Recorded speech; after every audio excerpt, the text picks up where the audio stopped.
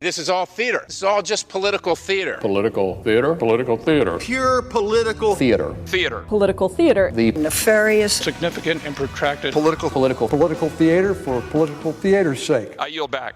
From Washington, this is Political Theater, Roll Call's review of the spectacle of politics on Capitol Hill and across the country. I'm Jason Dick.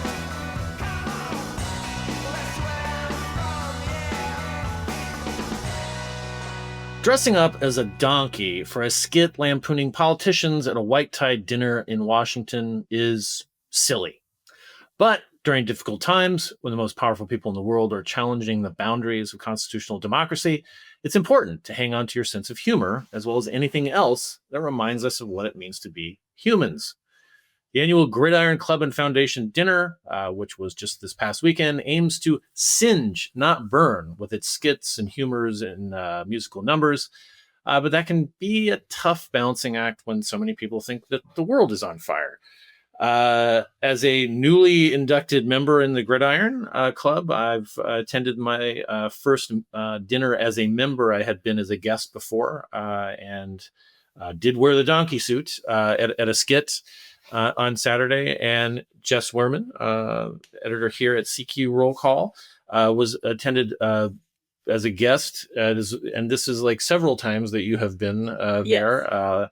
And I think I just wanted to take a step back and talk a little bit about the Gridiron. We did do an episode of the Gridiron last year where we talked about the Gridiron history and its purpose and its membership with George Condon. I'll put that in the show notes if people want to listen to that, because of course, who wouldn't want to listen to not just one, but two episodes? Why not? Yeah. I mean, political theater for the price of one, my God. About the Gridiron. But I wanted to talk with you, Jess, about one, your impressions of the dinner, because this had a different vibe than the last couple that we've been we've both been to the last few dinners. Mm-hmm. And also just the humor and all that. So, again, quick refresher, the Gridiron Club and Foundation, it's a club of journalists. It started off in the latter days of the 19th century, and many of those people are still members. Right. It is one of the more storied, organizations, or meaning it's just been around for a long time. But this was the 140th dinner.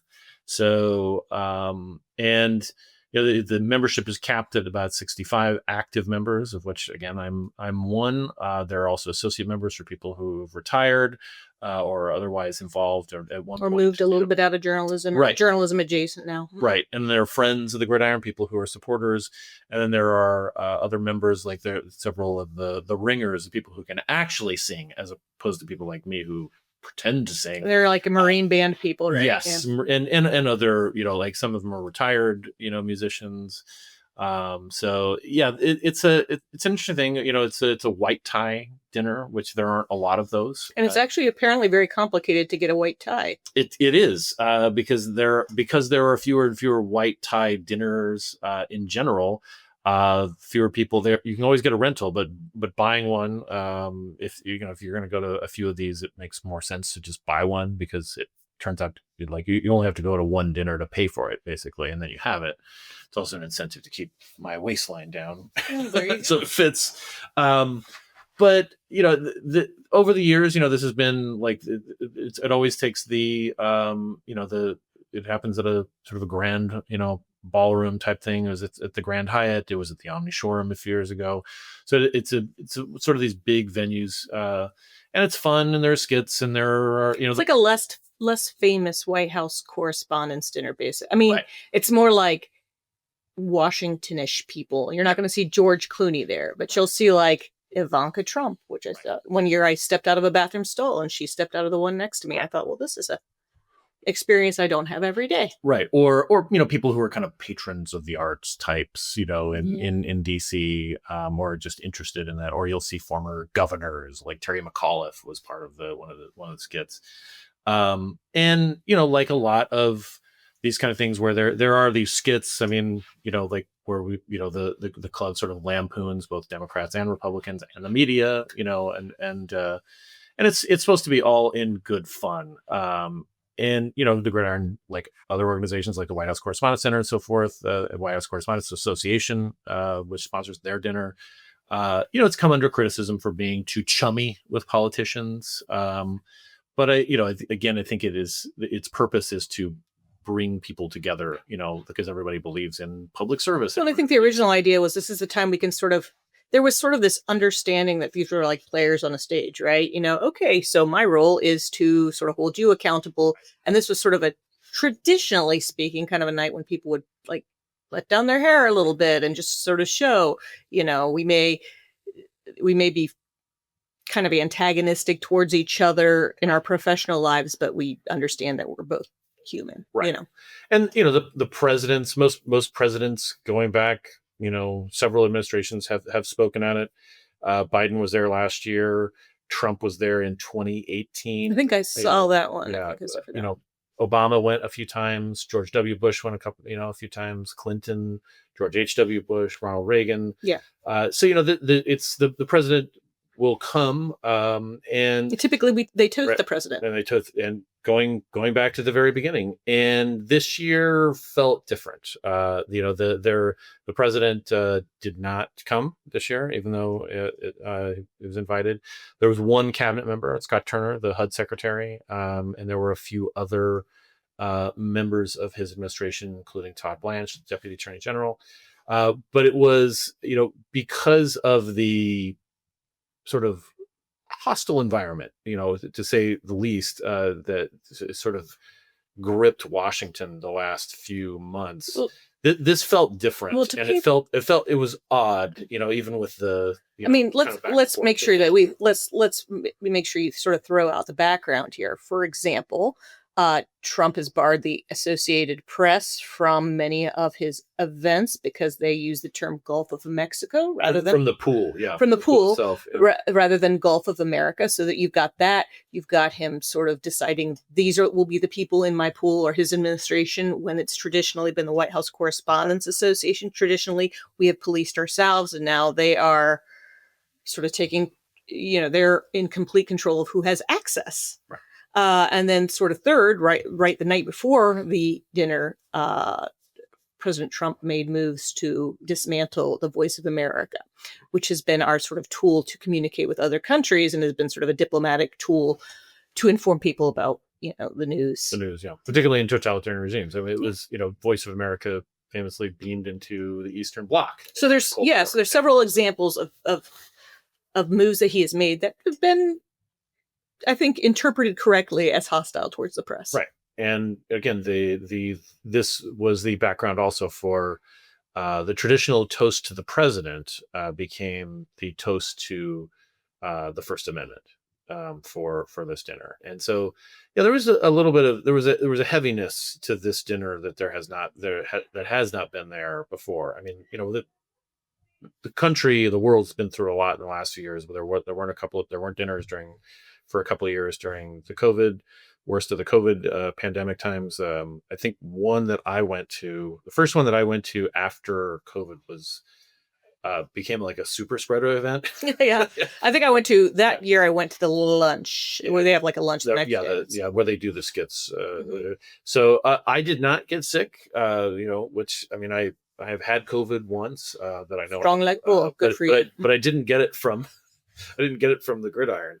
But the thing is, it's kind of an aging. I mean, so it's a little. Yeah. The membership tends to be older because they skew more veteran reporters. Let's put it that way. Right. Yeah. So, but like the question I have, and this is not, this is not meant to be like how was I dressing up as the donkey? You were the best. Democratic. You're the best donkey ever, Jason. but how did the humor land? Because again, the whole this is repeated over and over again that the Gridiron humor is supposed to singe, not burn. Interesting, because I was sitting so the first skit, so they do like sort of a generalized skit, and then there's a break, and then the Democrats do a Democrat themed skit where they make fun of Democrats. So I kept looking over because the next table had Maria Cantwell, and I was like trying to see if she was. It was basically the whole theme of it was that they can't win; they're totally lost in the wilderness. I think they lost in the woods was one of the songs, and somebody was dressed up as a tree or something like that. Which was sort of like, ooh, Yeah, well, I mean, I don't know that I saw her like guffawing, but I mean, maybe she's not the guffawing type. Some people are not laughy. Right. And then they had another, they had the Democratic speaker who was the governor of Maryland, Wes Moore. Yeah. They had this another break, and then they did the Republicans one. And I just kept sort of thinking, it's kind of a strange time to like, how do you be funny? And I had this conversation with Jerry Zremski, who's a former Buffalo News. He was in charge of the music. He's the music director. Like, how do you do this now? He was a producer, I believe, for the Democratic. Okay, skit. Yeah, I don't know exactly what his role was, but I know he was in charge of music. So I'm not in the Gridiron, so I'm kind of, I mean, I'm a member, and I'm still catching up on like who does what, where, when. Yeah, I like to go there because I like to catch up with people I haven't seen. Right. I mean, reporter friends, really. Right. So yeah, and I was like, how do you do this? I mean, how do you like? Because it's a heavy time. It's a very people are sort of there's. If you're living in Washington, you are probably worried about a federal worker friend of yours who's lost their job or is in threat of losing their job. I mean, it is a different sort of environment. There are some very dramatic changes, and whenever there is a dramatic change, people wonder how it's going to shake out. But it was funny, I mean, it was a little harder to laugh, but I did laugh. I mean, I laughed when they had an RFK themed skit where there were two people dressed up as like, I guess, viruses. Measles and polio. Measles. It was an anti-vax thing. And I kind of laughed. And the reason I laughed was actually because I remembered them using the same costumes for COVID a few years before. And I thought, well, that's nice. They got to recycle I mean, which wasn't really probably why they wanted me to laugh. And the musical number was set to "I Will Survive," and so it was like measles and polio. And some like very people with giant syringes chasing them around the state. I mean, it's kind of ridiculous, but it is funny. I mean, it's kind of satirical, sort of. And I feel like, I mean, so there was rehearsals that like started for people like me the week before. The soloists, people in the club, and some of the ringers, they started rehearsing well before that, because a lot of goes into writing, these sort of adapting these songs. I kept thinking, how do you remember all those lyrics? There's a teleprompter also. That. But they're also songbooks. So one of the numbers was like a riff on Bob Dylan's like a Rolling Stone, but with just there were several Bob Dylans and Chalamets. Yes, and the lyrics were tweaked to have things about like Chuck Schumer and the media and so forth. And I thought, at first I was just like, yeah, this is going to land differently this year. And then I just realized that, like, I mean, this was definitely not the first time that I will have been accused of deploying humor in inappropriate times in my life. I mean, gallows humor is sort of, and so that gets back to my way, because not everybody is going to be okay with it. I mean, like my opening line, just leading into the podcast, I was like, this is the kind of stuff that like reminds us what it means to be human. And I realized that that's not everybody's there. Not everybody's ready to. Or not everyone celebrates being human by going to a fancy dinner. But I mean, the thing is, you have to try to do things when times feel abnormal. I think you try to do things that are sort of considered normal, things you would do ordinarily. Like, I mean, I'm very busy thinking about my friends who are federal workers who, and so I try to do little things that kind of either take my mind off of it or give me a little bit of joy. And I guess you could probably put the Gridiron in the same category for the folks who and you looked forward to it every year. And I think that I get the whole, like, this is not appropriate to be hobnobbing with people who are trying to dismantle like people's livelihoods. I do understand that. Mm-hmm. Like, but they weren't there. It wasn't like Elon was trotting through, No, it wasn't like that. But there, but people who voted for, say, the continuing resolution that had passed the day before, that's a tacit approval of what is happening. And it could be, or it could be interpreted as, let's just keep the government open and not make it worse, not make a bad situation worse, right? Yeah, and I guess I mean, for me, like it is tempting to sort of hunker down and just like not like. The desire to sit on my couch and just watch like Righteous Gemstones until the world ends is like very real. And I feel like that, but it is important, like, to retain some kind of rituals, particularly the rituals. When there's seismic changes going on, you have to find a way to invoke normalcy. You have to find a way to, do things that still make you laugh. I mean, you have to, because that's the thing that kind of keeps you going. It's and I think that also, so the Republican speaker Lisa McClain, she, you know, she joked about like, boy, like this is a sign, in the self-deprecating manner, like this is a sign of just how low this dinner has fallen if you're inviting just like the House conference chair for the Republicans. She's also been on the circuit a bit. She was at the Press Club Foundation dinner a couple years ago, and I feel like the where I come down on this, and again, giving all understanding for people who are just like, what's happening right now is not cool, or on the other side, this is what's happening right now is overdue. It's great, yeah. I mean, there's some people who think that too. Is that this is all public service, working in public policy, journalism. It all comes down to being human, and like it's very easy to demonize people or demonize their motives if you don't know them and you don't see them and you don't communicate with them. Yeah. I mean, I think what you say, that when you say communication, that's the thing. You have to kind of keep talking to people no matter what. I mean, there's no way through it without talking to each other, without being able to interact, without being able to say, this is where I'm coming from. This is where I'm coming from. Does that happen at the dinner? Maybe, to a degree. I mean, you see Wes Moore and Lisa McClain, chatting, and maybe it's just, but that sort of thing, reminding you you're still a human, right? You're not enemies. Yeah. I mean, I used to have people who would call because they would be upset about a story I wrote. And when they talked to me, it was like, it sort of took the edge off. I wasn't an anonymous name in the paper anymore. I was a human being who was really just trying to get home so I could feed my family on time. I mean, I wasn't like this big jerk who was out to, there is something to be said for sort of reminding not only that we're human, but that the other person is, despite the fact you may totally disagree with them or may agree with them, fiercely. If you're in the same echo chamber, that's not really very useful. And I think that this comes up not as again, I'm not trying to equate the Gridiron dinner with its white tie and tails to a town hall. No, I mean, but like members of Congress who have said, I'm not going to do town halls, and even the administration not allowing certain outlets that they don't like or agree with. The danger there is that you become so insulated from other people and what they're feeling. You can't possibly imagine another point of view. Right. And that's really dangerous. Right. I mean, and the whole point of being a journalist, right, is like we try to cover as much of the story as is there. I mean, like this is where you get accused of doing both sides, like both sidesism is a. But if you can't understand where the other side is coming from or where this other point of view, where it originates, right. It's not. And again, this is not an easy thing, but like, and I realize that not everyone will agree with this. Not everybody will be okay with, people going to a fancy dinner. And there are times when journalists have to say, this is wrong, this is wrong, this is wrong. But this is also a very stressful, right now, especially because there is, again, like, regardless of whether you think it's good or bad, so much change that it's a bit overwhelming. So you have to take a break, right? You can't constantly be, in it.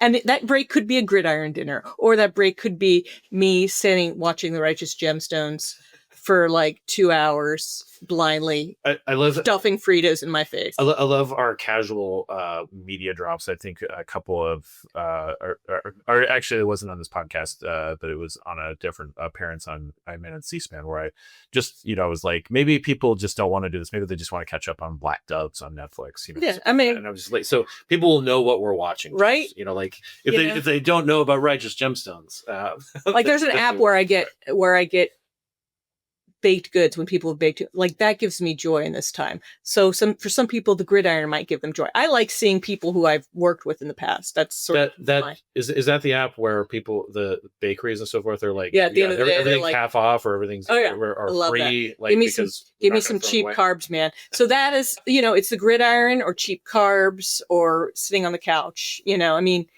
what do you have to do to survive a time of seismic change? Yeah. So. And I will note too that just for folks who are like, why do they keep describing these costumes or describing this music? And part of it is that cameras and recording is not allowed. No, it is. It is not allowed. At the Gridiron. So it's that old school. But I can hold up the program here, which was this is done by Mike Lukovich. Yeah, for a long time it was Atlanta print journalists, and then they let Yeah. in broadcasts, and Judy Woodruff is the president. And Judy Woodruff, who is the current president of the Gridiron, is the first broadcast journalist. Yeah, who is president, and so they're referred to as, if you saw the Sparklies, they were derogatorily referred to as Sparklies. They do make it harder to be the cutest chick at the dinner, let me tell you. Anyway, well, thanks, Jess. Kind of riffing on this because you've been to a number of these. I do, yeah. And I don't go necessarily because I like the wear the fancy dress, so it's it's a nice Yeah, and also like the world from your entree to Washington was as a regional reporter. Yes, that's where I see my regional reporter friends. I used to work at this place called Scripps Howard News Service, God rest its soul, and that's where I see my old bureau chief and the woman who used to work for to cover the White House. Like I see them. That's the only time I would see them. So this is like for me, it's old home week. Right.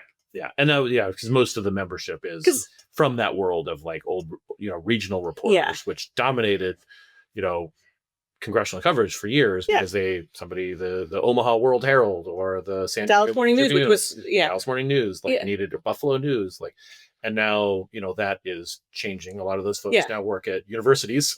Yeah, I'm not really a dress up sort of person, but this, it's fun to catch up with old friends, and that's why I go, and that's nice. And then I get to see my former boss who invited me dress up as an elephant, and you dress up as a donkey. So there's a symmetry. It's like there was a plan. It really was, yeah. So, all right. Well, it's time for the word of the week. I wondered about where to go with this, and I was looking for stuff that might relate to the gridiron or whatever. And actually, it reminded me that because we're in a recess week, where both chambers of Congress are out, that one thing that comes up, one thing that is a feature of a lot of recess weeks is the Codel. Well, actually, there's a theme. I'm gonna draw a theme because you were talking about people needing to talk to each other, and in the old days, Codels, which had Democrats and Republicans, were thought to be really good times to create bipartisanship. So yeah, absolutely. Anyway, I didn't mean to get ahead of you. No, you're on a plane for a long period of time. But let me read the definition, and then we'll Codel, State Department jargon for visiting congressional delegation, usually consisting of several members, their spouses, and one staffer each. Codel is a blend word or portmanteau of congressional and delegation. And like some of the Codels that we've seen recently are people going to Ukraine, people going to Israel, people going to hotspots. I mean, there are cushier ones than going into war zones. And, very be on the Codel to France. Maybe. Yeah, exactly, or Rome or something. But these are an opportunity where people, they spend time together on the plane. They spend time together at dinners. They spend time together and learning. They talk to each other despite their difference. Listen, did you know that when you selected this word that it would go along the theme that we were discussing?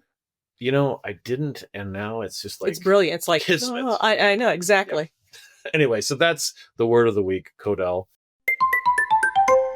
Jess, thanks again for talking about the gridiron and humor and all that good stuff. Well, thank you for dressing as a donkey. It was really hot. The stage lights get really hot. Oh wow! I was schwitzing. I had to change. I luckily I got a pro tip from a friend who has been a member for a while, and she said bring workout clothes to change into so that you don't have your sweat up your white tux. Yeah, so you're not like soaked in your white tie and tails. So thank you to Sue Davis for giving me that hot tip.